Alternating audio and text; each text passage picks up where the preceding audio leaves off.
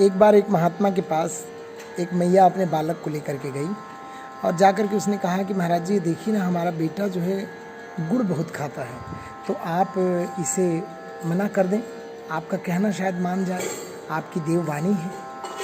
तो महाराज जी ने कहा कि मैया आप 1 सप्ताह बाद आना, तब मैं इस बालक को समझा दूंगा और फिर ये कहना मान जाएगा।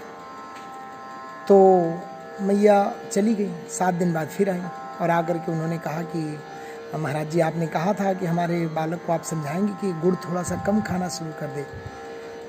तो महाराज जी ने बुलाया, बालक से कहा कि बेटा देखो, गुड़ ज़्यादा नहीं खाना चाहिए, किसी भी चीज़ की अति अच्छी नहीं होती है। जब अच्छी से अच्छी चीज़ का भी अगर हम इस्तेमाल ज़्यादा तौर पे करें तो वो जो है हमारे लिए नुकसानदेह हो जाती है, तो इसलिए गुड़ ज़्यादा मत खाया करो। तो उस मैया ने कहा कि महाराज जी जब आपको यही बात कहनी थी तो आपने 1 सप्ताह पहले क्यों नहीं कह दिया?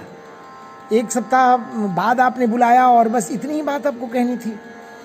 तो महाराज जी ने कहा कि मैया गुड़ तो मैं स्वयं ज़्यादा खाता हूँ, तो पहले 1 सप्ताह मैंने गुड़ का त्याग किया, इसके बाद मैं इस बालक को उपदेश देने का अधिकारी हुआ। अगर मैं स्वयं उस कार्य को करता रहूं और किसी को मना करूं तो वो कैसे मान सकता है?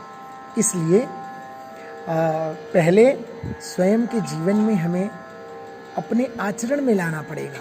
यदि हमारे जीवन में जो आचरण हमारे जीवन में नहीं है, हम दूसरों को उपदेश कैसे कर सकते हैं? फिर हमारे उपदेश का परिणाम भी तो सही नहीं होगा। जय श्री राधे, जय श्री कृष्ण।